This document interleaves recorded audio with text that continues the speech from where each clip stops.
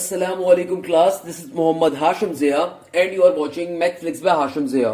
बेटा हम लोग चैप्टर नंबर 9 एक्सरसाइज 9.2 को आज स्टार्ट कर रहे हैं। फर्स्ट मैथ्स की एक बहुत इंपॉर्टेंट एक्सरसाइज है जो पेपर में जिससे हर साल एक क्वेश्चन बेटा लाजमी पूछा जाता है। ये टॉपिक इसलिए भी ज्यादा जरूरी है क्योंकि आगे के हायर चैप्टर्स जैसे चैप्टर नंबर 10 हो गया, चैप्टर नंबर 11 हो गया, 12 हो गया, 13 हो गया, उसके अंदर इन कॉन्सेप्ट्स का बड़ा यूज होगा। तो बेटा चैप्टर नंबर 9 क्या कहते हैं हमसे? चैप्टर नंबर 9 के एक्सरसाइज 9.2 को अगर हमें समझना है सबसे पहले हमें पाइथागोरस थ्योरम समझना पड़ेगा। पाइथागोरस थ्योरम आप लोगों ने मैट्रिक लेवल पे भी पढ़ा हुआ है। इस थ्योरम का एक और नाम क्या होता है? Right angle triangle theorem. यानी कि अगर आपके पास एक ट्राइंगल बना दिया जाए, कैसा triangle? Right angle triangle. Right angle triangle बेटा एक ऐसा ट्राइंगल होता है जिसमें 90 डिग्री का एंगल एग्जिस्ट करता है। तो ऐसे ट्राइंगल के लिए जिस फॉर्मूले को हम यूज करते हैं सॉल्व करने के लिए वो पाइथागोरस थ्योरम होता है। तो इस पर्टिकुलर एक्सरसाइज के अंदर इस थ्योरम का बड़ा यूज होगा। इस थ्योरम को आप आज से पहले पढ़ते रहे हैं। थ्योरम क्या होता है? H square is equal to P square plus B square. H का मतलब होता है हाइपोटेन्यूज, पी का मतलब होता है परपेंडिकुलर, बी का मतलब होता है बेस। यानी कि अगर एक राइट एंगल ट्राइंगल है तो बेटा उसमें कोई भी थीटा होगा, एंगल होगा, उस एंगल के सामने वाली चीज को हम कहते हैं हमेशा परपेंडिकुलर। उस एंगल के बिल्कुल सामने वाली चीज को कहते हैं परपेंडिकुलर। परपेंडिकुलर के सामने वाली साइड होती है हाइपोटेन्यूज और परपेंडिकुलर और हाइपोटेन्यूज के अलावा वाली जो साइड होती है वो बेस कहलाती है।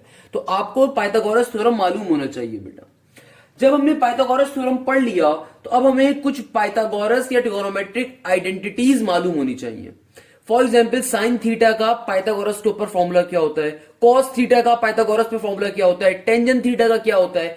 यह आपने अपने मैट्रिक लेवल में पढ़ा होगा कि sine theta is equal to perpendicular divided by hypotenuse, या cos theta is equal to base divided by hypotenuse, या tangent theta is equal to perpendicular divided by base. ये तमाम चीजें आपने पढ़ी हुई हैं। इसको जहन में बिठाने के लिए एक शॉर्ट ट्रिक होती है और वो शॉर्ट ट्रिक क्या है? बड़े मजे की। इस शॉर्ट ट्रिक को इस पर्टिकुलर जुमले को अपने जहन में रख लीजिए। Some people have curly brown hair, they properly brush. इसका मतलब क्या है? सम से एस का मतलब है sine theta. Some people have यानी कि sine theta is equal to perpendicular divided by have का मतलब hypotenuse. Curly brown hair, curly brown hair का मतलब क्या है बेटा? C stand for cos, B stand for base and H stand for hypotenuse. यानी कि cos theta is equal to base divided by hypotenuse, base divided by hypotenuse. तो tangent theta क्या बन गया आपके पास? दे प्रॉपरली ब्रश। दे प्रॉपरली यानी कि tangent, properly से परपेंडिकुलर एंड ब्रश से आपके पास बेस आ गया। तो बेटा ये चीज आप पहले भी पढ़ चुके हो मगर यहां पे आपको याद दहानी करवाना जरूरी है कि भाई ये इस तरीके से बन रहा होता है। Sine theta is equal to perpendicular divided by hypotenuse, cos theta is equal to base divided by hypotenuse and tangent theta is equal to perpendicular divided by base. आपको अगर ये तीनों फॉर्मुलाज याद नहीं होते तो कोई मसले की बात नहीं है। आपको सिर्फ ये एक फॉर्मूला याद होना चाहिए, ये एक थ्योरम याद होना चाहिए, ये एक जुमला याद होना चाहिए। Some people have curly brown hair, they properly brush. अब ये थ्योरम या ये फॉर्मूला एक्ट कैसे करता है? भाई देखो, आपको इन तीनों ट्रिगोनोमेट्रिक फंक्शंस के तो फॉर्मूले मालूम है। भाई कोसेक क्या होता है? कोसेक होता है आपके पास रेसिप्रोकल ऑफ साइन। मैंने इनवर्स नहीं कहा बेटा, इनवर्स इज समथिंग डिफरेंट। अभी इंटर लेवल से अपने कॉन्सेप्ट को सही करेंगे तो आगे चल के आपको आसानी होगी। कोसेक क्या होता है? साइन का रेसिप्रोकल, सही है ना? तो मेरा बेटा कोसेक का फॉर्मूला क्या होता है? 1 डिवाइडेड बाय साइन। यानी कि जो साइन का फॉर्मूला है उसका उल्टा फॉर्मूला कोसेक का होता है। तो अगर आपको साइन थीटा का फॉर्मूला इस जुमले पे याद है, क्या है साइन थीटा का formula? Perpendicular divided by hypotenuse. तो कोसेक का क्या होता है? सिंपल तरीके से हाइपोटेन्यूज डिवाइडेड बाय परपेंडिकुलर। यानी कि भाई कुछ याद रखने की जरूरत ही नहीं है। अगर साइन थीटा का फॉर्मूला याद है तो उसका उलट। कॉस थीटा का रेसिप्रोकल क्या होता है? Sec theta. तो अगर आपको कॉस थीटा का फॉर्मूला आता है बेस डिवाइडेड बाय हाइपोटेन्यूज, तो बेटा सेक का फॉर्मूला क्या है? उसका reciprocal. It is hypotenuse divided by base. Simple तरीके से मेरा बेटा। अगर आपको टेंजेंट थीटा का फॉर्मूला आता है, टेंजेंट थीटा क्या होता है? दे प्रॉपरली ब्रश यानी कि परपेंडिकुलर डिवाइडेड बाय बेस। तो कॉट थीटा उस रेसिप्रोकल होता है किसका? टेंजेंट थीटा का। तो फॉर्मूला क्या बन जाएगा आपका? सिंपल तरीके से ये बन जाएगा base divided by perpendicular. Clear है मेरा बेटा? आसान सी बात करी कि मुश्किल बात नहीं करी। यानी कि इस लेक्चर के भी स्टार्टिंग के 3 से 4 मिनट में हमने क्या सीख लिया, पाइथागोरस थ्योरम क्या होता है उसको समझ लिया, और पाइथागोरस के जो डिफरेंट फॉर्मुलाज होते हैं ट्रिगोनोमेट्रिक फंक्शंस के, जिनको हम ट्रिगोनोमेट्रिक आइडेंटिटी बेस्ड फॉर्मुलाज भी कहते हैं, हमने वो भी समझ लिए। यहां तक की बात आई होप तमाम स्टूडेंट्स को क्लियर होंगी। अब चलते हैं इस एक्सरसाइज के दूसरे पार्ट के ऊपर, जिससे इस एक्सरसाइज के क्वेश्चन सॉल्व होंगे। अभी इस एक्सरसाइज के पहले इंपॉर्टेंट कॉन्सेप्ट को हमने समझा है, अब दूसरे इंपॉर्टेंट कॉन्सेप्ट के ऊपर हम मूव करेंगे। अब जिस कॉन्सेप्ट के ऊपर हम जाने वाले हैं बेटा, ये बहुत इंपॉर्टेंट कॉन्सेप्ट है, जिंदगी में बहुत काम आएगा आपके। आपके सामने मैंने तो एक ग्राफ तरह की कोई चीज बना दी है। आपको मालूम है कि भाई ये एक्स एक्सिस है, ये वाई एक्सिस होगा, आपको ग्राफ लग रहा है ना भाई? बिल्कुल ऐसा ही है भाई। अगर मैं आपके सामने इस ग्राफ को ड्रॉ कर दूं तो ये पॉजिटिव एक्स एक्सिस होगा, ये पॉजिटिव वाई होगा, ये नेगेटिव एक्स होगा, और ये क्या होगा, नेगेटिव वाई। हम कभी भी जब एंगल्स की बात करते हैं, एंगल्स की मेजरमेंट की बात करते हैं, जो कि हमने एक्सरसाइज 9.1 में भी पढ़ी थी, तो बेटा हम इसी तरह के ग्राफ को एज अ सर्कुलर ग्राफ लेते हैं और कंसीडर करते हैं कि भाई मेरे पास यहां पे लेट सपोज एंगल्स लिखे हुए हैं, तो भाई यहां से अगर मेरा ग्राफ स्टार्ट हो रहा है इस लाइन से, तो इस लाइन को मैं 0 डिग्री कह सकता हूं। यानी कि यहां से मेरा ग्राफ बनना स्टार्ट होगा। जब मेरा ग्राफ अभी कुछ भी नहीं है तो किसके ऊपर है, वो नील के ऊपर है, यानी कि 0 पॉइंट के ऊपर है। 0 पॉइंट का मतलब क्या, कोई भी एंगल नहीं है। कोई भी एंगल ना होने का मतलब क्या, 0 डिग्री। और इस एंगल को क्या कहते हैं, 90 डिग्री, क्योंकि भाई 90 डिग्री क्या होता है, 0 से लेके 90 यहां तक स्ट्रेट के ऊपर। और फिर इस वाले पॉइंट को क्या कहते हैं, 180 डिग्री, और इस पॉइंट को क्या कहते हैं, 270 डिग्री। ये सारी बेसिक बातें जो आप बचपन से पढ़ रहे हो कि भाई ये 0 डिग्री होता है, ये 90 डिग्री होता है, ये 180 डिग्री और ये 270 डिग्री। क्लियर है यहां तक की बात? कि मैं आपको क्या सिखाने वाला हूं, क्वाड्रेंट सिस्टम। क्योंकि इस एक्सरसाइज को अगर सॉल्व करना है तो आपको एक बेसिक बात क्वाड्रेंट वाली मालूम होनी चाहिए, यानी कि ट्रिगोनोमेट्रिक फंक्शंस क्वाड्रेंट, किस तरीके से ट्रिगोनोमेट्रिक के फंक्शंस क्वाड्रेंट में एग्जिस्ट करते हैं। अब आप में से बहुत से बच्चे कह रहे होंगे सर ये क्वाड्रेंट क्या है, क्या मतलब क्वाड्रेंट का? भाई देखो 0 डिग्री से लेके 90 डिग्री का जो हिस्सा है इसको हम कहते हैं फर्स्ट क्वाड्रेंट। क्या कहते हैं, फर्स्ट क्वाड्रेंट। 90 डिग्री से लेके 180 डिग्री तक का जो हिस्सा है ये वाला, इसको हम कहते हैं सेकंड क्वाड्रेंट। और 180 से लेके 270 तक का जो हिस्सा है इसको कहते हैं बेटा थर्ड क्वाड्रेंट। एंड देन इस 270 से लेके 360 डिग्री तक, ये वापस जो जा रहे हैं 360 डिग्री तक, क्या कहलाता है, फोर्थ क्वाड्रेंट। यानी कि हमारे पास किसी भी ग्राफ के ऊपर एंगल्स मेजरमेंट के टॉपिक के अंदर जो क्वाड्रेंट होते हैं वो 4 होते हैं, first quadrant, second quadrant, third quadrant, fourth quadrant. Basically quadrant ये बात बताते हैं कि एक एंगल ने कंप्लीट रोटेशन कहां तक की या एक एंगल ने कहां तक की रोटेशन कंप्लीट करी अपनी। भाई आपके पास 0 से लेकर 360 डिग्री तक का एंगल एग्जिस्ट करता है, जिसको हम एक्सरसाइज 9.1 में भी पढ़ चुके हैं। क्लियर है यहां तक की बात? आई होप आप तमाम स्टूडेंट्स को क्लियर होगी। क्लियर है ना मेरा बेटा? अच्छा भाई, अब जरा मेरी बात गौर से सुनिएगा। अब हम समझने वाले हैं किस तरीके से या कहां कहां कौन कौन से ट्रिगोनोमेट्रिक फंक्शंस किस क्वाड्रेंट के अंदर पॉजिटिव या नेगेटिव होती हैं। यानी कि हम इस बात को भी समझेंगे कि ट्रिगोनोमेट्री के फंक्शंस क्वाड्रेंट में कैसे होते हैं।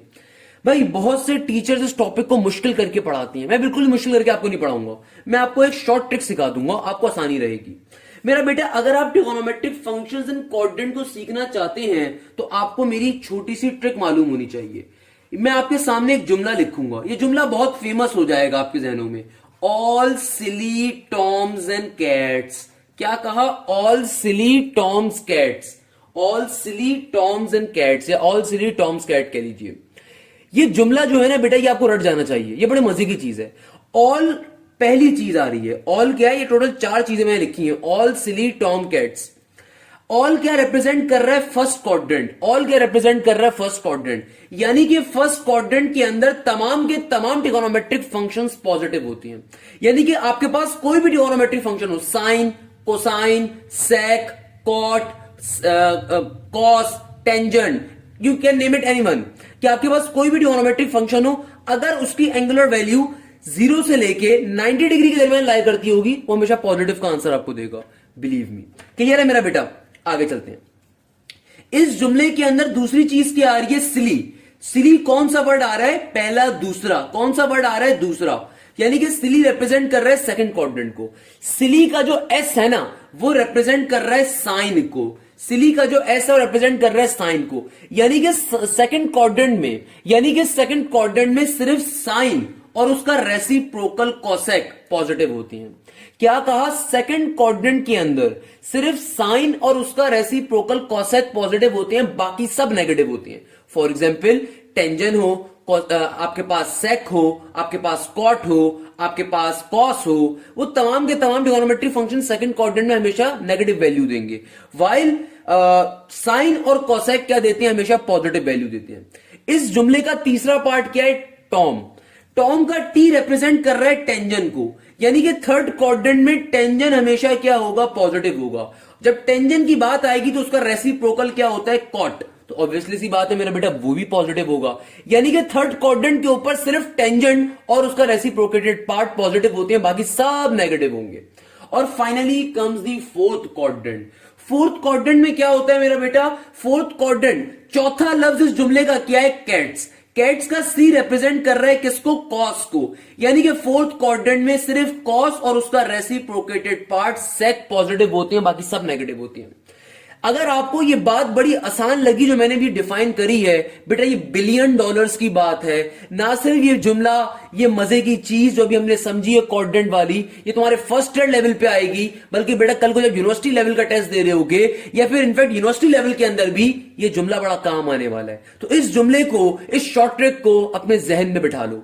क्या कहा कि भाई आपके पास जो भी ट्रिगोनोमेट्रिक फंक्शंस होते हैं वो डिफरेंट क्वाड्रेंट्स के ऊपर डिफरेंट प्रॉपर्टीज शो करते हैं। Sometimes they are positive, sometimes they are negative, sometimes they are completely positive. वो किस तरीके से अपना बिहेवियर शो करते हैं, इस एक जुमले को याद रख लो, बाकियों के रट्टे लगाने की नीड नहीं पड़ेगी आपको। मैंने ऐसे ऐसे बेवकूफ बच्चे भी देखे हैं और उस्ताद भी देखे हैं जो कि इसके इतने बड़े बड़े पेजेस लिखवाते हैं कि फर्स्ट क्वाड्रेंट के ऊपर साइन पॉजिटिव, कॉस टेंजन ये पॉजिटिव, सेकंड के ऊपर साइन कोसेक पॉजिटिव, ये नेगेटिव, थर्ड के ऊपर ये। बेटा मैंने ऐसे करके आपको नहीं पढ़ाया, मैंने आपको एक सिंपल जुमला बोला। मैंने कहा इस जुमले को जहन में बिठा लो, ऑल सिली टॉम कैट्स। इस जुमले को अगर तुमने जहन में बिठा लिया, तुम्हें सब के बारे में मालूम हो जाएगा कि कौन सा ट्रिगोनोमेट्रिक फंक्शन किस क्वाड्रेंट में पॉजिटिव है, किसमें नेगेटिव है। ऑल का मतलब फर्स्ट, ऑल का मतलब फर्स्ट, ऑल के मायने तमाम के तमाम, सब के सब, यानी कि फर्स्ट क्वाड्रेंट में सब पॉजिटिव होते हैं।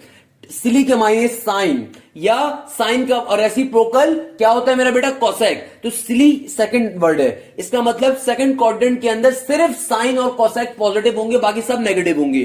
थर्ड क्वाड्रेंट के अंदर टॉम है, टॉम के मायने टेंजन और उसका रेसिप्रोकेटेड पार्ट क्या होगा मेरा बेटा? कॉट। तो यानी कि थर्ड क्वाड्रेंट के अंदर सिर्फ टेंजन और कॉट पॉजिटिव होती है, बाकी सब नेगेटिव। एंड फोर्थ क्वाड्रेंट के अंदर क्या है भाई? कैट्स। कैट्स किसको शो कर रहा है? कॉस को। कॉस और उसका रेसिप्रोकेटेड पार्ट सेक सिर्फ पॉजिटिव होते हैं फोर्थ क्वाड्रेंट के अंदर। तो बेटा इस बात को समझना बड़ा जरूरी था ताकि हम अपने एक्सरसाइज 9.2 के क्वेश्चंस को सॉल्व कर सकें। आई होप आपको ये स्टार्टिंग की जो हमने 10 से 12 मिनट की बात करी है आपको क्लियर होगी, तभी आपको एक्सरसाइज 9.2 के क्वेश्चन समझ में आएंगे। अच्छा तो बेटा अब हम लोग चलते हैं इस एक्सरसाइज के क्वेश्चंस को सॉल्व करने की जानिब। अगर मैं आपको दो चीजें पहले क्लियर कर देता हूं। पहली चीज कि बेटा इस एक्सरसाइज का जो क्वेश्चन नंबर 1 है वो डायरेक्टली आपने कैलकुलेटर पे सॉल्व कर लेना उठा के, उसमें कोई इतनी मुश्किल चीज नहीं है। cos 180 की वैल्यू, cos 270 की वैल्यू, cos 345 की वैल्यू, cos 70 की वैल्यू, sin 180 की वैल्यू, sin 270 की वैल्यू, सिंपल तरीके से कैलकुलेटर में उठा के वैल्यूज डालनी है। तो वो क्वेश्चन ना तो एमसीक्यूज में आता है, ना ही आपके पेपर के अंदर आ सकता है एज अ 4 नंबर या 5 नंबर या 2 नंबर के लिए। क्लियर है बेटा? वो डायरेक्टली आपको सिर्फ बेसिक बनाने के लिए। इस एक्सरसाइज का जो क्वेश्चन नंबर 2 है वो मजे का है, वो बिल्कुल आपके एमसीक्यूज में आता है, मगर पहले मैं आपको क्वेश्चन नंबर 3 करवाऊंगा, क्योंकि जब क्वेश्चन नंबर 3, 4, 5 यानी कि 2 ऑनवर्ड्स क्वेश्चन आप कर लोगे तो क्वेश्चन नंबर 2 आप खुद ही बड़ी इजीली सॉल्व कर सकते हो, उसमें कोई इतनी मुश्किल चीज नहीं है। अब आपके सामने जो क्वेश्चन लिखा हुआ है उसके ऊपर चलते हैं। बेटा ये क्वेश्चन पास्ट पेपर का है, और अगर आप अपनी किताब के एक्सरसाइज 9.2 के क्वेश्चन नंबर 3, 4, 5, 6, 7, 8 वगैरह को समझना चाहते हो तो आपको ये क्वेश्चन पहले समझना पड़ेगा। ये पास्ट पेपर से लिया गया एक बड़ा बेहतरीन क्वेश्चन है जो कि पेपर में बेतहाशा दफा आ चुका है। ये क्वेश्चन क्या कह रहा है? क्वेश्चन कहता है sine theta is equal to 1/2 and P theta, यानी कि मेरा एंगल जो है लाई करता है are in the first quadrant, find the remaining functions. आपसे सिंपल सी बात की जा रही है, आपसे कहा जा रहा है कि अगर आपके साइन थीटा की वैल्यू हाफ है और आपका जो एंगल है वो फर्स्ट क्वाड्रेंट के अंदर लाई कर रहा है, तो बताओ रिमेनिंग फंक्शंस क्या होंगे। मेरा बेटा इस क्वेश्चन को समझने के लिए हमें क्वाड्रेंट्स का सहारा लेना पड़ेगा, और क्वाड्रेंट्स भी कौन से, अभी हम वो देखते हैं किस तरह के। हाँ तो भाई कैसे समझेंगे, देखिए क्वेश्चन में क्वाड्रेंट की बात कर रहा है तो हम एज्यूम कर लेते हैं, क्वाड्रेंट्स बना लेते हैं। फॉर एग्जाम्पल ये मेरे पास मेरा ग्राफ आ गया। अब देखिए मैं एज्यूम करता हूं कि मेरे पास यहां पे एक सर्कल है, ये क्या बना रहा हूं, मैंने आपके सामने एक सर्कल ड्रॉ कर दिया। कैसा सर्कल है, ये यूनिट सर्कल मैंने बना दिया। सर ये यूनिट सर्कल कहां से लेकर आ गए, ये कौन सा टॉपिक आ गया मेरा बेटा? भी आप क्वेश्चन को समझिए, क्वेश्चन क्या कह रहा है। क्वेश्चन हमें एक साइन थीटा की वैल्यू दे रहा है और आगे से मुझसे कहता है कि भाई मेरा जो एंगल है वो फर्स्ट क्वाड्रेंट के अंदर है। आप तमाम लोगों के सामने अगर मैं ग्राफ बनाऊं तो आप लोगों से और मैं पूछूं कि भाई बताओ फर्स्ट क्वाड्रेंट कौन सा होता है, आप तमाम लोग बोलेंगे सर ये वाला क्वाड्रेंट होता है फर्स्ट। बिल्कुल ऐसा ही है। तो लेट अस एज्यूम कि मेरे पास कोई एक पॉइंट है जहां पे मेरा पर्टिकुलर एंगल लाई करता है, जहां पे मेरा क्या लाई करता है, एंगल लाई करता है, मेरा पॉइंट लाई करता है। तो मैं उस पर्टिकुलर लाइन को, उस पर्टिकुलर पॉइंट को इस लाइन से रिप्रेजेंट करवा देता हूं। क्लियर है बेटा? अब मैंने सर्कल जो ड्रॉ करा है, सर्कल को, इस सर्कल का नाम है यूनिट सर्कल। यूनिट सर्कल एक ऐसा सर्कल होता है बेटा जिसका रेडियस 1 के बराबर होता है। ये ब्लैंक बहुत दफा एमसीक्यूज में पूछ ली जाती है कि in a unit circle what is the value of radius. Always remember this thing, unit circle के अंदर रेडियस की वैल्यू हमेशा 1 होती है। तो मैंने आपके सामने अभी तक कुछ भी नहीं करा बेटा, कोई मुश्किल चीज नहीं करी। आपके सामने क्वेश्चन को पढ़ा, क्वेश्चन को भी समझा भी नहीं हम लोगों ने, सही है ना? आपके सामने क्वाड्रेंट्स को बना दिया और फिर फर्स्ट क्वाड्रेंट को आइडेंटिफाई करके एक सर्कल ड्रॉ किया। उस सर्कल के अंदर जो पहला क्वाड्रेंट है खाली वहां पे पॉइंट ले लिया। क्यों पहले क्वाड्रेंट के ऊपर पॉइंट लिया? क्योंकि क्वेश्चन में लिखा हुआ था कि मेरा एंगल फर्स्ट क्वाड्रेंट में है। यानी कि अभी तक मैंने कुछ क्या काम करा है, सिंपल तरीके से ग्राफ बनाया, क्वाड्रेंट को आइडेंटिफाई करा। जिस क्वाड्रेंट के अंदर क्वेश्चन मुझसे कह रहा है कि मेरा पॉइंट एग्जिस्ट करता है, मेरा एंगल एग्जिस्ट करता है, वहां पे मैंने पॉइंट ड्रॉ कर दिया अपनी मर्जी से। क्लियर है? अब देखो एक्स एक्सिस के अंदर जो चीज होती है मेरा बेटा, उसको हम क्या कहते हैं? एक्स एक्सिस के अंदर जो डायमेंशन होती है उसको हमेशा हम क्या कहते हैं? एक्स कहते हैं। अब अगर मैं इस पर्टिकुलर ये जो मेरा ये पॉइंट है, इस पॉइंट के नीचे एक लाइन कर दूं तो ये वाली जो डिस्टेंस आ रहा होगा मेरे पास, ये डिस्टेंस कौन सा होगा? y होगा। चूंकि मेरा पॉइंट फर्स्ट क्वाड्रेंट के अंदर है तो जाहिर सी बात है ये x की वैल्यू भी क्या होती है, फर्स्ट क्वाड्रेंट में पॉजिटिव होती है, और y की वैल्यू भी फर्स्ट क्वाड्रेंट में क्या होती है, हमेशा पॉजिटिव होती है। ये तमाम बेसिक बातें जो आपको लाजमी मालूम होंगी। इस पॉइंट का नाम मैं px, y कह देता हूं क्योंकि x भी इस पॉइंट के ऊपर इस क्वाड्रेंट में पॉजिटिव होता है और y भी पॉजिटिव होता है। भाई किसी को परेशान होने की जरूरत नहीं है, कोई मुश्किल बात नहीं कर रहे, सिंपल सी बात कर रहे हैं कि भाई क्वेश्चन कह रहे हैं कि मेरा एंगल क्या है फर्स्ट क्वाड्रेंट में, तो मैंने फर्स्ट क्वाड्रेंट के ऊपर एक पॉइंट सेलेक्ट कर दिया। और चूंकि फर्स्ट क्वाड्रेंट के ऊपर x भी पॉजिटिव होता है, y भी पॉजिटिव होता है, तो खाली उसको लिख दिया। क्लियर है यहां तक की बात? और ये वाली चीज, इसको ऑब्वियसली इसको ये हाइपोटेन्यूज है हमारा। कैसे हाइपोटेन्यूज है कि बेटा ऑलवेज रिमेंबर दिस थिंग, मैंने ये बात आपको पहले भी बताई थी कि भाई अगर मेरा यहां पे लेट सपोज एक एंगल ये फॉर्म हो रहा है, ये एक राइट एंगल ट्रायंगल अगर फॉर्म हो रहा है, तो थीटा के सामने वाली चीज क्या होती है मेरा बेटा? हमेशा परपेंडिकुलर होती है। सही है ना भाई? परपेंडिकुलर के सामने वाली चीज क्या होती है? हाइपोटेन्यूज होती है। तो ये हाइपोटेन्यूज के ऊपर क्या आ रहा है? 1। 1 क्यों आ रहा है मेरा बेटा हाइपोटेन्यूज के ऊपर? क्योंकि ये क्या चीज होगी? सेंटर से लेके कोने तक का डिस्टेंस। सेंटर से लेके कोने तक का डिस्टेंस क्या होता है? रेडियस किसी भी सर्कल के अंदर। और जाहिर सी बात है जब ये एक यूनिट सर्कल मैंने बनाया है, जब एक यूनिट सर्कल मैंने बनाया है तो जाहिर सी बात है इसका रेडियस क्या होगा? 1 होगा। और ये वाली चीज क्या होगी? एक्स क्या होगा? मेरा बेस होगी। एक्स क्या होगा? मेरी बेस होगी। बेटा आपने इस डायग्राम को अभी खाली समझना है, मैंने बना ही किया है। अगेन मैं इसको भी मल्टीपल टाइम्स एक्सप्लेन करूंगा, अभी खाली समझे मैं कर क्या रहा हूं। क्लियर है बेटा? अब हमने जो कुछ अभी बनाया है खाली उसको लिख देंगे। हमने भी क्या क्या कर दिया, हमने कहा हमने एक यूनिट सर्कल को अपनी तरफ से एज्यूम करा है, तो मैं यहां पे लिख देता हूं consider a unit circle, consider a unit circle, consider a unit circle and P X comma Y. P X comma Y क्या है? मेरा point. And P X comma Y be the any point, and B X comma Y, P X comma Y be the any point, be the any point lie on the circle, lie on a circle। अब देखिएगा जरा गौर से मेरी बात समझिएगा, मेरी गौर से बात सुनिएगा। अभी तक हम लोगों ने क्या कर लिया? क्वेश्चन हमसे कह रहा था कि मुझे साइन थीटा की वैल्यू गिवन है और मुझे रिमेनिंग ट्रिगोनोमेट्रिक फंक्शंस की वैल्यू निकालनी है। यानी कि जैसे साइन थीटा की वैल्यू 1/2 आ रही है ना, वैसे ही दूसरे जो ट्रिगोनोमेट्रिक फंक्शंस हैं, सेक हो गया, कोसेक हो गया, कॉट हो गया, कॉस हो गया, टेंजन हो गया, उन सबकी वैल्यूज को फाइंड करना है। कैसे फाइंड करेंगे मेरा बेटा? क्वेश्चन मुझे कंडीशन दे रहा है कि मेरा एंगल मौजूद है फर्स्ट क्वाड्रेंट के अंदर। ओके भाई, हमने अभी तक क्या काम करा? मैंने सिंपल तरीके से क्वाड्रेंट्स को डिफाइन कर दिया कि first quadrant, second, third, fourth, और फिर चूंकि क्वेश्चन मुझसे कह रहा था कि मेरा एंगल फर्स्ट क्वाड्रेंट में है, तो मैंने एक यूनिट सर्कल बनाया, यहां से ओरिजिन से सेंटर लिया और यूनिट सर्कल। मेरी डायग्राम पे मत देखना बेटा, ऑब्वियसली मैंने एक प्रॉपर सर्कल हम लोगों ने ड्रॉ कर दिया। और यहां पे क्या कहा, हमने कहा कि भाई चूंकि मेरा एंगल फर्स्ट क्वाड्रेंट के ऊपर है, तो मैंने फर्स्ट क्वाड्रेंट के ऊपर कहीं पे भी एक point P X comma Y ले लिया।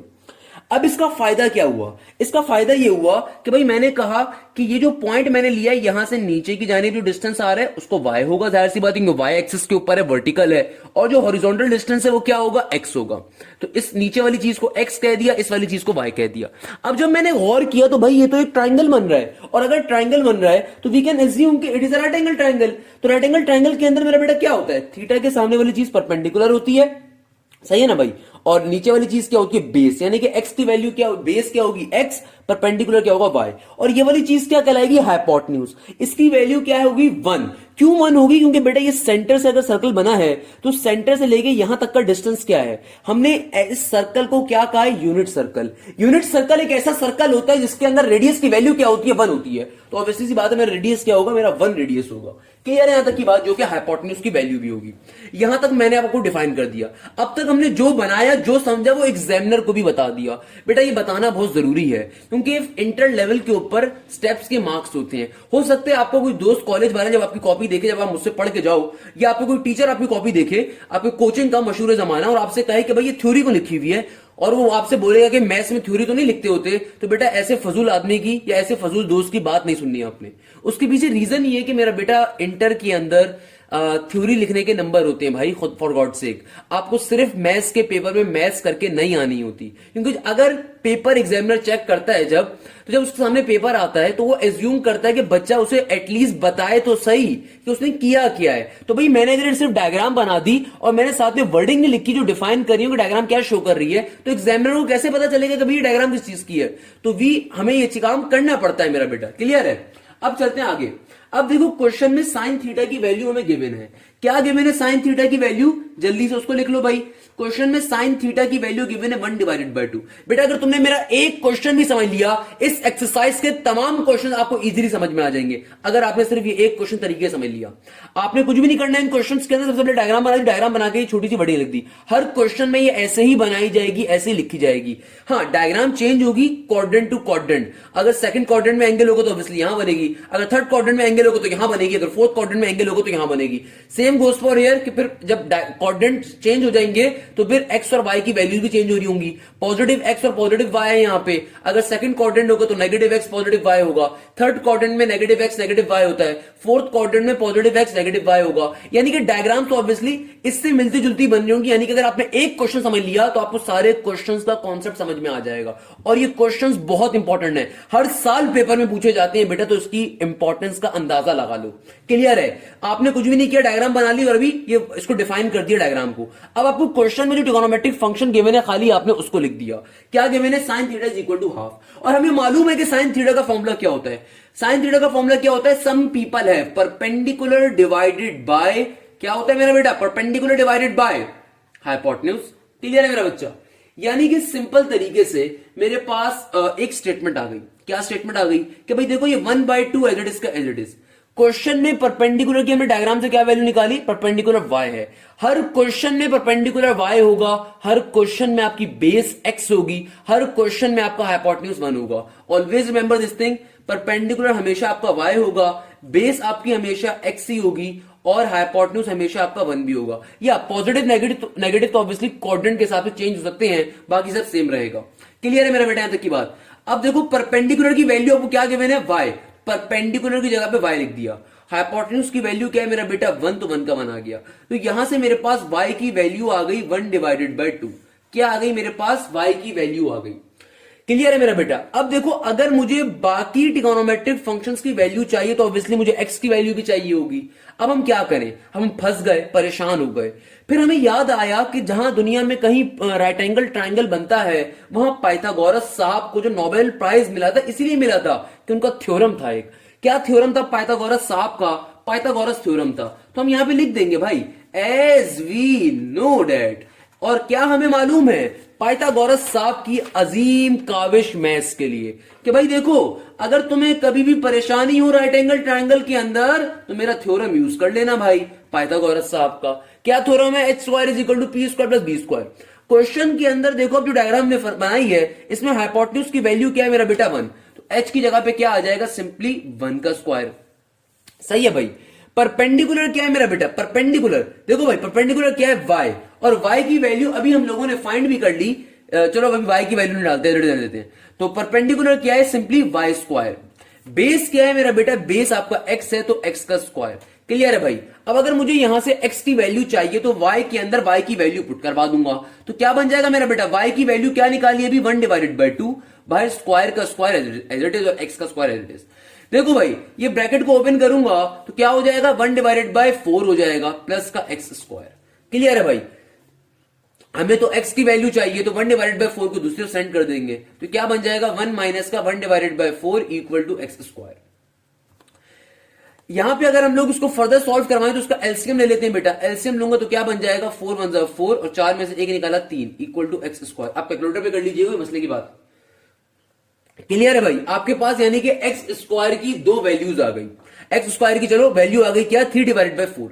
हमें तो भाई एक्स की वैल्यू चाहिए मेरा बेटा, तो यहां पे क्या कर लेंगे? अंडर रूट ले लूंगा। अंडर रूट जब लूंगा यहां पे तो क्या हो जाएगा? रूट के अंदर 3 डिवाइडेड बाय 4, और जब फाइनली यहां पे रूट को मैं कैंसिल आउट करवाऊंगा, क्या करवाएंगे भाई? जब रूट को कैंसिल आउट करवाएंगे तो क्या बन जाएगा? X is equal two plus minus का रूट 3 डिवाइडेड बाय 2। सर ये क्या काम कर दिया आपने? मेरा बेटा कोई भी मुश्किल स्टेप नहीं है, दोबारा सुन लीजिए। हमने सिंपल तरीके से y के अंदर y की वैल्यू डाली, कांस्टेंट टर्म्स को एक साइड पे कर दिया, X square as it is. फिर क्या काम करना? क्योंकि हमें x की वैल्यू चाहिए, एक्स स्क्वायर की नहीं चाहिए, तो यहां पे सिंपली अंडर रूट ले ली। बेटा यहां पे एक कॉन्सेप्ट आपको लाजमी मालूम होना चाहिए कि जब कभी आप स्क्वायर को रिमूव करने के लिए अंडर रूट लेते हो, आपके पास एक वैल्यू आती है प्लस की, एक आती है नेगेटिव की। मगर अफसोस की बात यह कि ट्यूशन वाली बाजियों ने हमारा कॉन्सेप्ट इतना बिगाड़ के रख दिया है कि हमें बात मालूम ही नहीं होती है। सही है ना भाई? तो ये बात आपको मालूम होनी चाहिए मेरा बेटा। तो आपके पास यहाँ पे दो वैल्यूज आ जाएंगी। अच्छा रूट 3 पे भी जाएगा, रूट 4 पे भी जाएगा। जब रूट 3 पे गया तो रूट 3 का कोई रूट नहीं होता, वो ऑलरेडी पॉइंट की फॉर्म में आंसर आएगा, तो उससे बहुत बेहतर है आप इसको ऐसे लिख दें। और 4 का रूट क्या होता है? 2। तो x की आपके पास दो वैल्यूज आ गई, एक पॉजिटिव और एक नेगेटिव। मगर बेटा अब यहां पे हमारा खास काम आएगा। अब यहां पे हमारी खास और इंपॉर्टेंट चीज आएगी। जब आप x की वैल्यू को या अगर y की वैल्यू को फाइंड करें, जिस भी वैल्यू को जब आप फाइंड कर लिया करेंगे, तब आप हमेशा क्वेश्चन को देखेंगे। क्वेश्चन में आपका एंगल कहां पे मौजूद है? क्वेश्चन क्या कह रहा है कि आपका एंगल कहां है? फर्स्ट क्वाड्रेंट के ऊपर।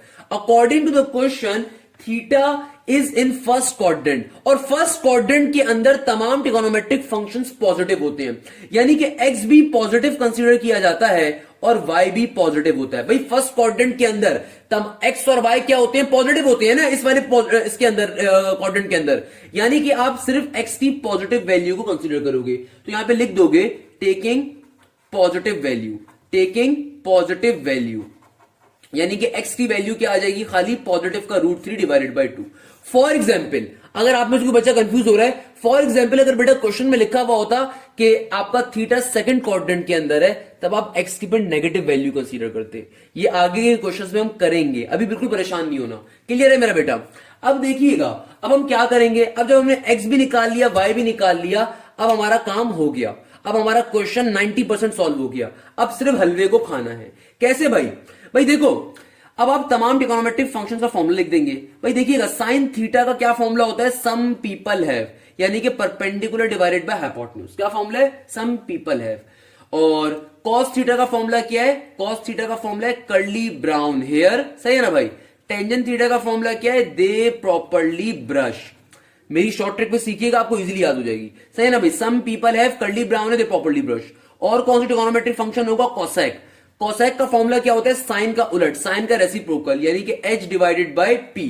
और सेक का क्या होता है मेरा बेटा? कॉस का अपोजिट, कॉस का रेसिप्रोकल। तो कॉस का क्या है? b डिवाइडेड बाय h, तो इसका क्या होगा? h divided by b। और टेंजेंट थीटा का क्या होता है? कॉट थीटा का क्या होता है मेरा बेटा? कॉट थीटा का होगा सिंपल तरीके से क्या? टेंजेंट का क्या है? परपेंडिकुलर डिवाइडेड बाय बेस ना, तो base divided by perpendicular. Clear है भाई? आप इस तरीके से हमेशा अपने ट्रिगोनोमेट्रिक फंक्शंस की वैल्यूज को फाइंड कर लेंगे। देखो भाई, परपेंडिकुलर क्या है? मैंने क्या बताया? परपेंडिकुलर क्या होता है? y। बेस क्या है? x। देखिए अब परपेंडिकुलर के अंदर परपेंडिकुलर की वैल्यू डाल दी, हाइपोटेन्यूज के अंदर हाइपोटेन्यूज की वैल्यू डाल दी। अब cos थीटा का क्या है? cos theta is equal to curly brown hair. Base के अंदर बेस की वैल्यू, बेस क्या है हमारी? x, तो x का x आ गया। हाइपोटेन्यूज क्या है? 1, तो 1 का 1 आ गया। टेंजेंट थीटा की वैल्यू क्या है, परपेंडिकुलर डिवाइडेड बाय बेस। अब देखिए परपेंडिकुलर की वैल्यू क्या है y, बेस की वैल्यू क्या है x, as it is clear है भाई। अब आगे देखिए भाई, हाइपोटेन्यूज की वैल्यू क्या कोसेक के अंदर, सिंपल तरीके से 1, और परपेंडिकुलर की क्या है y, तो y का y। हाइपोटेन्यूज सेक के फॉर्मूला लिख रहा हूं मैं, सेक की क्या होता है formula, hypotenuse divided by base. Hypotenuse में क्या आ जाएगा 1 का 1, और बेस क्या है x, तो x का x। और कॉट थीटा क्या होता है, टेंजेंट का अपोजिट, तो it will become x divided by y। Clear है भाई। अब तमाम वैल्यूज को पुट करवा देंगे भाई। y की वैल्यू क्या है, y की वैल्यू हमारे पास क्या आ रही थी 1 डिवाइडेड बाय 2, तो y में y की वैल्यू डाल दीजिए 1 डिवाइडेड बाय 2, और नीचे वाला divided by 1, as it is का एज इट इज। अच्छा भाई आगे चलते हैं, आगे क्या आ रहा है x, तो x के अंदर x की वैल्यू डाल दीजिए। x की वैल्यू क्या होती है √3 डिवाइडेड बाय 2, और नीचे डिवीजन का 1, एज इट इज का एज इट इज। फिर आगे क्या आ रहा है y की वैल्यू क्या है मेरा बेटा 1 डिवाइडेड बाय 2, और नीचे x आ रहा है, x की वैल्यू क्या है √3 डिवाइडेड बाय 2। क्लियर है भाई। आगे बढ़ते हैं, आगे क्या आ रहा है 1 डिवाइडेड बाय y, तो 1 का 1 एज इट इज। डिवीजन में क्या आ जाएगा y की वैल्यू क्या है मेरा बेटा 1 divided by 2, as it is का एज इट इज। आगे क्या आ रहा है सेक की वैल्यू क्या है मेरा बेटा 1 बाय x, तो 1 का 1 एज इट इज ऊपर, x की वैल्यू क्या है √3 डिवाइडेड बाय 2। नीचे क्या आ रहा है कॉट की वैल्यू क्या है मेरा बेटा x बाय y, x की फॉर्मूला क्या है √3 डिवाइडेड बाय 2, और होल डिवाइड के बाद नीचे क्या आ जाएगा y की वैल्यू क्या 1 डिवाइडेड बाय 2। अब इसको सॉल्व कर लीजिए मेरा बेटा, 1 डिवाइडेड बाय 2 डिवाइडेड बाय 1, तो कभी किसी भी चीज के नीचे 1 हो तो उससे कोई फर्क नहीं पड़ता, तो एज इट इज आंसर क्या आ जाएगा 1 डिवाइडेड बाय 2। तो साइन थीटा की वैल्यू क्या आ गई 1 बाय 2, जो कि क्वेश्चन में भी गिवन थी, यानी कि प्रूव हो गया, हमने सही सॉल्व किया है। कॉस थीटा की वैल्यू क्या होती है, कॉस थीटा का आंसर क्या आ रहा है √3 divided by 2 divided by 1। Again किसी भी टर्म के नीचे 1 हो तो कोई फर्क नहीं पड़ता, सिंपल तरीके से क्या बन जाएगा √3 डिवाइडेड बाय 2 आ गया। टेंजेंट थीटा के लिए क्या आ रहा है 1 divided by 2 divided by √3 divided by 2, तो बेटा नीचे वाला 2 पावर 2 को क्या कर देगा कैंसिल आउट, तो आंसर क्या आ जाएगा 1 डिवाइडेड बाय √3। कोसेक थीटा में क्या होगा, ये हो रहा है 1 डिवाइडेड बाय 1 बाय 2। मेरा बेटा मैथ्स का एक बेसिक कॉन्सेप्ट है, कभी भी मैथ्स के अंदर अगर एक से ज्यादा चीजें डिवाइड हो रही हो ना, सबसे नीचे वाली चीज ऊपर जाके उलट के लिखी जाती है। सेम गोस करो, देखो यहां पे क्या हो रहा है 1 डिवाइडेड बाय 1 बाय 2, तो मेरा बेटा ये सबसे नीचे वाला 2 सबसे ऊपर जाके क्या हो जाएगा मल्टीप्लाई, तो क्या बन जाएगा सिंपल तरीके से 2 आ जाएगा कोसेक का आंसर। सेक में क्या हो रहा है, सेक में भी देखो यही हो रहा है 1 डिवाइडेड बाय √3 डिवाइडेड बाय 2, तो मेरा बेटा सबसे नीचे क्या चीज डिवाइड हो रही है √3 बाय 2, तो यहां पे क्या हो जाएगा नीचे वाली चीज ऊपर जाके पलटा आगे लिखी जाती है, यानी कि रेसिप्रोकल करके लिखी जाती है, तो ये बन जाएगा 2 डिवाइडेड बाय √3। यहां पे क्या हो रहा है मेरा बेटा, यहां पे भी कुछ इसी तरह की फनकारी हो रही है कि सिंपल तरीके से यहां पे क्या हो रहा है √3 डिवाइडेड बाय 2 1 बाय 2 आ रहा है। अब इसको उल्टा करके अगर लिख दो तब भी 2 से 2 कट जाएगा, नहीं तो डायरेक्टली कैंसिल आउट कर दो, सबसे नीचे आ रहा है क्योंकि, तो आंसर क्या आ जाएगा सिंपली आपके पास कॉट थीटा का √3 क्या आ जाएगा √3। इस तरीके से आप इन क्वेश्चंस को सॉल्व करोगे। मुझे बताइए क्या ये क्वेश्चन मुश्किल है, बताइए क्या इस क्वेश्चन में कोई मसला है आपको। बेटा हर साल एक क्वेश्चन ये लाजमी पेपर में पूछा जाता है, ये क्वेश्चन मैंने पास्ट पेपर से आपको एक इंपॉर्टेंट तरीन क्वेश्चन करवाया है, अभी बुक के क्वेश्चन भी हम सॉल्व कर लेंगे, मसले की बात नहीं है, मगर इस क्वेश्चन को एक बार जल्दी से रिव्यू कर लेते हैं ताकि अगर किसी बच्चे को कोई भी मसला तो समझ में आ जाए। बेटा इस सारे क्वेश्चन एक ही पैटर्न पे सॉल्व होंगे, आपने कुछ भी नहीं करना, आपको क्वेश्चन में एक ट्रिगोनोमेट्रिक फंक्शन की वैल्यू गिवन होगी और एंगल के बारे में कोई ना कोई मालूमात गिवन होगी, तो जिस भी क्वाड्रेंट के ऊपर एंगल के बारे में कहा जाएगा उसके रिस्पेक्ट से डायग्राम बना लेंगे। क्लियर है भाई। बट हमेशा always remember this thing, perpendicular y के लिए होगा, बेस x के लिए होगी, हाइपोटेन्यूज 1 के लिए होगा। ये स्टेटमेंट भी हर क्वेश्चन में लिखी जाएगी। आपको जो भी ट्रिगोनोमेट्रिक फंक्शन गिवन होगा वहां से आप x या y में से किसी एक की वैल्यू को फाइंड कर लिया करेंगे और फिर दूसरी वैल्यू फाइंड करने के लिए इस पाइथागोरस थ्योरम का सहारा लिया करेंगे ताकि वहां से आपके पास दूसरे वेरिएबल की वैल्यू भी आ जाए। जब दोनों वेरिएबल्स की वैल्यूज आ जाएंगी आपके पास तो फिर रिमेनिंग ट्रिगोनोमेट्रिक फंक्शंस को निकालने का काम करेंगे। कैसे काम करेंगे, some people have curly brown hair they properly brush के ऊपर, और बाकी ट्रिगोनोमेट्रिक फंक्शन इन्हीं का रेसिप्रोकल होती है तो इजीली उनकी वैल्यूज भी आ जाएंगी। इस तरीके से बेटा हम लोग काम कर रहे होंगे। बताइए कि आपको ये क्वेश्चन क्लियर होता है तो हम आगे अगले क्वेश्चन की जाने मूव ऑन करते हैं। अच्छा तो बेटा अब हमारे पास आज की क्लास का क्वेश्चन नंबर 2 आ रहा है। अगेन अगर आपने ये क्वेश्चन भी समझ लिया, बिल्कुल लास्ट क्वेश्चन जैसे सारे क्वेश्चन सॉल्व होंगे आपको इजीली इस क्वेश्चन को भी समझ में आ जाएगा। क्या कह रहा है, if cos theta is equal to √3 divided by 2 and p theta are in the fourth quadrant find the remaining functions by the help of x square plus y square equal to 1। देखो बेटा सबसे पहला काम क्या करोगे, diagram draw. आपने क्या करना है, सबसे पहले आपने डायग्राम जल्दी से ड्रॉ कर लेनी है। आपसे क्वेश्चन क्या कह रहा है, आपका थीटा कहां लाई कर रहा है, फोर्थ क्वाड्रेंट के ऊपर। यानी कि अगर मैं ये जल्दी से रफ सी स्केच बना लूं इस तरह का कुछ, क्लियर है भाई। आपसे क्वेश्चन क्या कह रहा है, आपको कहां लाई कर रहा है, क्वाड्रेंट फोर्थ क्वाड्रेंट के अंदर। कहां आपका थीटा लाई कर रहा है, फोर्थ क्वाड्रेंट कौन सा होता है, ये वाला क्वाड्रेंट होता है। इसका मतलब क्या है कि मेरा पॉइंट जो होगा मैं यहां पे कहीं पे एज्यूम कर लेता हूं, पॉइंट अपना यहां कहीं पे। इस डायग्राम को थोड़ा बड़ा करके बना देता हूं ताकि आप सबको इजीली दिख जाए। सो सॉरी, हाँ भाई मैं डायग्राम बड़ी करके बना लेता हूं। हमसे क्वेश्चन क्या कह रहा है कि हमारा जो पॉइंट है वो कहां पे है, फोर्थ क्वाड्रेंट के ऊपर है, कोई मसले की बात नहीं है। हम सिंपल तरीके से इसका स्केच कैसे कर देंगे, हमने अपना पॉइंट फोर्थ क्वाड्रेंट पे एज्यूम कर लिया, तो भाई क्या कहेंगे, यहां पे एक ये परपेंडिकुलर यहां से ड्रॉप कर देते हैं। तो भाई अब देखिए जरा, आपके पास इस तरह का स्ट्रक्चर बन रहा होगा। हॉरिजॉन्टल के ऊपर आपके पास डिस्टेंस क्या कहलाता है, एक्स कहलाता है। वर्टिकल वाला डिस्टेंस क्या होता है, वाई होता है। मगर इस केस के अंदर ऑब्वियसली सी बात है नेगेटिव का वाई होगा, क्योंकि फोर्थ क्वाड्रेंट के ऊपर कौन कौन से एक्सेस होते हैं, पॉजिटिव का एक्स होता है, मगर नीचे हमेशा नेगेटिव का वाई होता है। ये बात आपको अपने जहन में रखनी होगी, आगे चल के काम आएगी। अच्छा, हाइपोटेन्यूज क्या होगा, आपका 1 ही होगा। सर 1 क्यों होगा हाइपोटेन्यूज, मेरा बेटा यूनिट सर्कल है। यूनिट सर्कल कैसा सर्कल होता है कि भाई उसका ओरिजिन से लेके सेंटर से लेके कोने तक का डिस्टेंस क्या होगा, रेडियस होगा। और चूंकि यूनिट सर्कल, तो यूनिट सर्कल में रेडियस की वैल्यू क्या होती है, 1 ही होती है, तो सेंटर से लेके कोने तक का वैल्यू क्या होगी, 1 होगी। क्लियर है मेरा बेटा। तो आपने सिंपल तरीके से डायग्राम ड्रॉ कर ली। अगेन पहला जुमला क्या लिखेंगे, वही स्टेटमेंट लिखेंगे, consider a unit circle, consider a unit circle, consider a unit circle and P X comma Y. मैंने सर्कल ऐसे लिख दिया, प्रॉपर लिख दीजिएगा। And P X comma Y be the any point, be the any point lie on the circle, be the any point lie on the circle. Clear है भाई, ये काम आपने लाजमी करना है, क्योंकि बेटा स्टेप्स के नंबर होते हैं। सही है भाई, चूंकि क्वेश्चन मुझसे कह रहा था कि फोर्थ क्वाड्रेंट के ऊपर है, तो हमने पॉइंट अपना फोर्थ क्वाड्रेंट पे ही लेना है, जरूरी है। अब देखिए क्वेश्चन ने मुझे एक वैल्यू गिवन है, किसकी वैल्यू गिवन है मेरा बेटा, कॉस थीटा की। क्या गिवन है वैल्यू, मुझे गिवन है cos theta is equal to √3 divided by 2। और मुझे मालूम है some people have curly brown hair, they properly brush curly brown hair. यानी कि कॉस थीटा का फॉर्मूला क्या है, सिंपल तरीके से बेस डिवाइडेड बाय हाइपोटेन्यूज। तो मेरा बेटा हमने क्या कहा था कि बेस हमारी क्या होती है, हमेशा बेस हमारी होती है सिंपल तरीके से x, परपेंडिकुलर क्या होता है y, और बेस क्या होती है x, और हमारे पास अल्लाह भला करे हाइपोटेन्यूज क्या होगा 1। तो भाई बेस के अंदर बेस की वैल्यू क्या सेलेक्ट कर लेंगे x, और हाइपोटेन्यूज की जगह पे क्या आ जाएगा, सिंपल तरीके से 1। तो हमारे पास यहां पे इस फॉर्मूले के जरिए अगर मैं इनको आपस में इक्वेट करवा दूं, तो x की वैल्यू क्या आ गई, यानी कि √3 डिवाइडेड बाई 2। x की वैल्यू क्या आ गई, √3 डिवाइडेड बाई 2।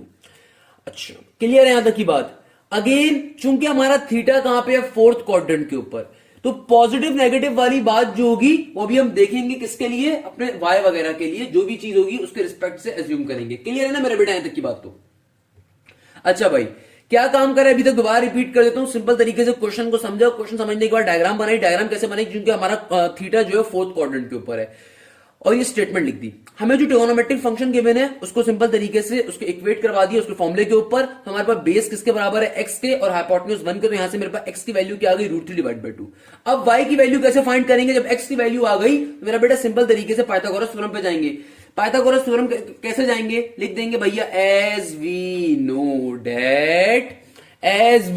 डेट पाइथागोरस साहब का फॉर्मूला क्या है मेरा बेटा, सिंपल सा फॉर्मूला है h² is equal to p² plus का b²। अच्छा भाई मेरा बेटा देखो भाई h क्या है मेरे पास, सिंपल तरीके से 1 का स्क्वायर। p क्या है मेरा बेटा, p है perpendicular, it is p is perpendicular, it is y का स्क्वायर आ जाएगा। b क्या है मेरे पास, x का स्क्वायर। 1 का स्क्वायर 1 एज इट इज ही होगा। y क्या है बेटा, y की वैल्यू तो फाइंड करनी है, x स्क्वायर। तो मेरा बेटा x के अंदर x की वैल्यू को पुट कर देता हूं, दैट इज √3 डिवाइडेड बाई 2, बाहर स्क्वायर का स्क्वायर। भाई देखो अभी जब मैं ब्रैकेट को ओपन करूंगा तो ये स्क्वायर √3 पे भी जाएगा और 2 पे भी जाएगा, तो क्या बन जाएगा, 1 is equal to y² plus का 3 डिवाइडेड बाई 2 का स्क्वायर क्या होता है, 4 होता है। क्लियर है ना मेरा बेटा। अब इस पूरी की पूरी टर्म को मैं इक्वल टू के दूसरी तरफ सेंड कर देता हूं। सेंड कर दूंगा तो वहां पे जाके क्या बन जाएगी, इधर ही देख लीजिए, ये हो जाएगा 1 माइनस का 3 divided by 4 equal to y²। अब क्या करेंगे बेटा, यहाँ पे एलसीएम ले लेंगे। एलसीएम कैसे लेते हैं मेरा चंदा, सिंपल तरीके से भैया एलसीएम ले लो, कैलकुलेटर में डाल के सॉल्व कर लीजिए, आपके पास ये बन जाएगा 1 divided by 4 equal to y²। Clear है भाई। अब देखो मुझे तो y की वैल्यू चाहिए, मुझे तो स्क्वायर चाहिए नहीं y², मुझे तो किसकी वैल्यू चाहिए, y की। तो क्या करेंगे, दोनों तरफ रूट ले लेंगे, यानी कि 1/4 पे भी रूट ले लेंगे और वाई स्क्वायर पे भी रूट ले लेंगे ताकि स्क्वायर रूट को कैंसिल आउट कर दे। तो हमारे पास यहां से वाई की दो वैल्यूज आ जाएंगी, एक प्लस का 1/2 और एक नेगेटिव का 1/2। सर ये 1/2 कैसे आया मेरा बेटा? जब मैं रूट लूंगा 1/4 के ऊपर तो 1 का रूट तो 1 ही होता है और 4 का रूट क्या होता है? 2 होता है। क्लियर है ना भाई? दो वैल्यूज आ गई हमारे पास, एक आ गई पॉजिटिव और एक आ गई नेगेटिव। अब यहां पे स्टेटमेंट की जिम्मेदारी आएगी। क्या कह रहा है क्वेश्चन कि आपका एंगल कहां पर है? फोर्थ क्वाड्रेंट के ऊपर है। फोर्थ क्वाड्रेंट बेटा कौन सा क्वाड्रेंट है? ये वाला। इस क्वाड्रेंट के अंदर आपकी y की वैल्यू क्या होती है भाई? नेगेटिव होती है ना। नीचे नीचे नीचे y एक्सिस क्या होता है? नेगेटिव होता है। तो हम यहां से नेगेटिव का y कंसीडर करेंगे। तो y की वैल्यू कौन सी ली जाएगी? नेगेटिव का हाफ ली जाएगी बेटा। तो हम इस वैल्यू के ऊपर क्वेश्चन को सॉल्व कर लेंगे। x आ गया हमारे पास क्या? √3/2 और y क्या आ गया? नेगेटिव का हाफ। सिंपल तरीके से रिमेनिंग के ट्रिगोनोमेट्रिक फंक्शंस को फाइंड कर लेंगे। हाँ भाई, तो हमने अगले पेज में लिख दिया x की वैल्यू क्या है हमारे पास? √3/2 और y की वैल्यू क्या आ गई? नेगेटिव का 1/2। सिंपल तरीके से बेटा क्या करेंगे? अब रिमेनिंग के ट्रिगोनोमेट्रिक फंक्शन को सॉल्व करने के ऊपर जाएंगे। कैसे जाएंगे मेरा बेटा? बहुत ही आसान तरीका है। सबसे पहले साइन से बात का आगाज कर लेते हैं। हाँ तो भाई, साइन थीटा के लिए क्या फॉर्मूला होता है? साइन थीटा का फॉर्मूला होता है सम पीपल हैव, यानी कि perpendicular divided by hypotenuse. Cos theta का फॉर्मूला लिख दीजिए। कॉस थीटा का फॉर्मूला क्या होता है? Curly brown hair. और टेंजेंट थीटा का फॉर्मूला क्या होता है मेरा बेटा? ये होता है दे प्रॉपर्ली ब्रश। अब साइन का रेसिप्रोकल क्या होता है? कोसेक। कोसेक का फॉर्मूला क्या है मेरा बेटा? कोसेक थीटा का फॉर्मूला होता है साइन का reciprocal hypotenuse divided by perpendicular. Sec का पर्टिकुलर फॉर्मूला क्या होता है मेरा बेटा? सिंपल तरीके से hypotenuse divided by base. Cot theta का रेसिप्रोकल और कॉट थीटा का फॉर्मूला क्या होता है? जो टेंजेंट थीटा का उलट, that is base divided by perpendicular. हाँ तो भाई मेरा बेटा, परपेंडिकुलर क्या है हमारे पास? y, हाइपोटेन्यूज क्या है? 1। b क्या है हमारे पास? x, हाइपोटेन्यूज क्या है? 1। क्लियर है मेरा बच्चा? टेंजेंट थीटा के अंदर परपेंडिकुलर क्या है अगेन हमारे पास? y, बेस क्या है? x। कोसेक थीटा में हमारे पास h क्या है मेरा बेटा? 1। परपेंडिकुलर क्या है हमारे पास? सिंपल तरीके से y। सेक थीटा में हमारे पास h क्या है? 1 और पर बेस क्या है हमारे पास? x। कॉट थीटा के अंदर बेस क्या है, यानी कि बेस क्या है क्वेश्चन के अंदर हमारे पास? Obviously x and perpendicular is y। तमाम वैल्यूज को उठा के पुट करवा देते हैं मेरा बेटा। भाई y की वैल्यू क्या है मेरे पास? नेगेटिव का 1/2 डिवाइडेड बाय 1 का 1 एज इट इज। x की वैल्यू क्या है मेरा बेटा? सिंपल तरीके से √3/2 डिवाइडेड बाय 1 का 1 as it is. Tangent theta की वैल्यू क्या है? y divided by x। तो y की वैल्यू क्या है? नेगेटिव का हाफ और x की वैल्यू क्या है? √3/2। हाइपोटेन्यूज की वैल्यू क्या? ऊपर 1 का 1 एज इट इज। y की वैल्यू क्या है मेरा बेटा? y की वैल्यू है नेगेटिव का हाफ। क्लियर है ना बेटा? तमाम वैल्यूज को खाली डाल दो, ऊपर 1 का 1 एज इट इज। x की वैल्यू क्या है मेरा बेटा? √3/2। x की वैल्यू क्या है मेरा बेटा? √3/2 और y की वैल्यू क्या है? नेगेटिव का हाफ। अब देखो, किसी के टर्म के नीचे भी अगर 1 आ रहा हो तो बेटा उसको 1 का मतलब कुछ भी नहीं होता। सिंपल तरीके से ऊपर वाली चीज को बेसिड दे सकते हो, यानी कि माइनस का हाफ ही आ गया। ये वाली टर्म भी क्या बन जाएगी? √3/2 डिवाइड बाय 1। तो 1 लिखो लिखो कोई फर्क नहीं पड़ता। तो एज इट इज आपके आंसर क्या आ जाएगा? कॉस थीटा का √3/2। और क्वेश्चन में भी कॉस थीटा की यही वैल्यू थी, इसका मतलब हम लोगों ने सही सॉल्यूशन करा है। यहां पे क्या हो जाएगा? यहां पे देखिए मेरा बेटा, इस 2 से 2 क्या हो जाएगा? कैंसिल आउट और आपका आंसर क्या आ जाएगा? माइनस का 1 डिवाइडेड बाय √3। यहां पे क्या हो जाएगा मेरा बेटा? मैथ्स का बेसिक असूल है, एक से ज्यादा चीजें अगर डिवाइड हो रही है सबसे नीचे वाली चीज ऊपर जाके क्या हो जाती है? मल्टीप्लाई। तो माइनस का 2 आ जाएगा कोसेक थीटा का आंसर। यहां पे क्या हो जाएगा? अगेन मैथ्स का बेसिक असूल है, एक से ज्यादा चीजें अगर डिवाइड हो रही हो सबसे नीचे वाली चीज सबसे ऊपर जाके उलट के लिखी जाती है। तो 2 डिवाइड बाय √3। सही है ना मेरा बेटा? यहां पे क्या हो जाएगा? इस 2 से ये 2 डायरेक्टली कैंसिल आउट हो जाएगा और माइनस का √3 मेरा आंसर आ जाएगा। इस तरीके से हमारा एक क्वेश्चन सॉल्व हो जाएगा और इस तरीके से हम लोगों ने रिमेनिंग ट्रिगोनोमेट्रिक फंक्शंस को फाइंड कर लिया। तो बताओ बेटा, इसमें क्या मसले की बात है? बच्चे सॉल्व करते हैं हमारे मुल्क के उससे पढ़ने के बाद या हमारे मुल्क के किसी उस्ताद से पढ़ने के बाद इस तरह के क्वेश्चंस को। बिल्कुल नर्सरी क्लास का टॉपिक है भाई, मजे का टॉपिक है, आसान सा टॉपिक है। बताओ बेटा, आपको एक बात क्लियर होती है? ये कॉन्सेप्ट आपको क्लियर होता है? तो आगे बताइए फिर। अच्छा भाई, आज की क्लास का हमारा ये तीसरा क्वेश्चन है, बट ये क्वेश्चन मैं सॉल्व नहीं करवाऊंगा। ये क्वेश्चन आपको मेरी तरफ से होमवर्क होगा। आप तमाम के तमाम स्टूडेंट इस क्वेश्चन को बैठ के सॉल्व करेंगे अभी इसी वक्त। आप इस वीडियो को स्टॉप करेंगे या फिर इस वीडियो के फौरन बाद आप इस पर्टिकुलर क्वेश्चन को सॉल्व करेंगे। सिंपल सा क्वेश्चन आ रहा है। इस क्वेश्चन में आपको टेंजेंट थीटा की वैल्यू गिवन है और पी थीटा आपको कहां गिवन है? आपको थर्ड क्वाड्रेंट के अंदर गिवन है। मेरा बेटा बहुत ही आसान सा क्वेश्चन है, इसमें कोई मसले की चीज नहीं है, सिंपल सा क्वेश्चन है। आपको टेंजेंट थीटा की वैल्यू गिवन है, दैट सिंपली मींस कि आपके पास क्या आ रहा है, टेंजेंट थीटा की वैल्यू का मतलब क्या है, दे प्रॉपर्ली ब्रश। प्रॉपर्ली का मतलब क्या है, ऊपर आ जाएगा y, नीचे आ जाएगा x, यानी कि y डिवाइडेड बाय x की वैल्यू आपके पास √3 आ रही है। सही है ना भाई? तो आपने कुछ भी नहीं करना, यहां से y की वैल्यू फाइंड कर लेंगे, ये x यहां पे डिवाइड हो रहा होगा, वहां पे आके मल्टीप्लाई हो जाएगा। आपके पास एक इक्वेशन आ गई। इस इक्वेशन 1 को उठा के पाइथागोरस थ्योरम में डालोगे और वहां से आप सिंपल तरीके से x की वैल्यू को पहले फाइंड कर लोगे। जो भी x की वैल्यू आएगी उसको वापस इस इक्वेशन 1 में लाके डालेंगे और आपके पास y की भी वैल्यू आ जाएगी, और दोनों की दोनों नेगेटिव आ रही होंगी, क्योंकि थर्ड क्वाड्रेंट के अंदर x भी नेगेटिव होता है, y भी नेगेटिव होता है। मैं आपको एक आसानी कर देता हूं, x और y की वैल्यूज बता देता हूं। x की वैल्यू आपके पास आएगी नेगेटिव का हाफ, और y की वैल्यू आपके पास आएगी नेगेटिव का √3 डिवाइडेड बाय 2। मैंने आपके ऊपर इतनी आसानी कर दी कि आपको x और y की वैल्यूज बता दी। सिंपल सा क्वेश्चन है बेटा, अब आप इसको सॉल्व इजीली कर सकते हो। मैंने इससे मुश्किल क्वेश्चन या इस जैसे क्वेश्चन आपको अभी करवा चुका हूं। हाँ, अब आप बोलोगे सर उसमें तो खाली एक वेरिएबल था, यहाँ पे 2 वेरिएबल्स आ रहे हैं। बेटा उससे कोई फर्क नहीं पड़ता, मैंने आपको करने का तरीका बातों बातों में पूरा एक्सप्लेन कर दिया है। आपने कुछ भी नहीं करना, आपने इस क्वेश्चन को भी बैठ के सॉल्व लाजमी करना है बेटा। बेटा मेरा तरीकेकार है पढ़ाने का, अगर मैं 3 क्वेश्चन खुद करवाता हूं तो एक क्वेश्चन बच्चे को होमवर्क लाजमी देता हूं, ताकि बच्चा उसको लाजमी सॉल्व करने की कोशिश करे। मैथ्स में जब तक आप कोशिश नहीं करोगे बेटा, मैथ्स को समझ नहीं सकते। मैथ्स खूबसूरत चीज है बहुत, मैथ्स बहुत मजे की चीज है, अगर आप समझो, अगर आप होमवर्क करो, अगर आप प्रैक्टिस करो। क्लियर है मेरा बेटा? तो यहां पे आज के लेक्चर को ऑफ करते हैं। आई होप आपको लेक्चर क्लियर होगा। इंशाल्लाह नेक्स्ट लेक्चर में आपसे मुलाकात होगी। जो भी कर रहे हैं, जैसे भी कर रहे हैं, प्रैक्टिस करें अच्छे तरीके से। इंशाल्लाह अल्लाह आपको कामयाबी दे। जज़ाकल्लाह, thank you so much. Hashim Zia signing of.